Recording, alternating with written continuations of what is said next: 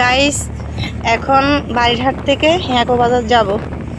তো এই হিয়াকো বাজার গেলে আপনাদেরকে দেখাবো হিয়াকো বাজারের রাস্তাগুলা কেমন। অনেক বাগান আছে, দেখবেন আপনারা।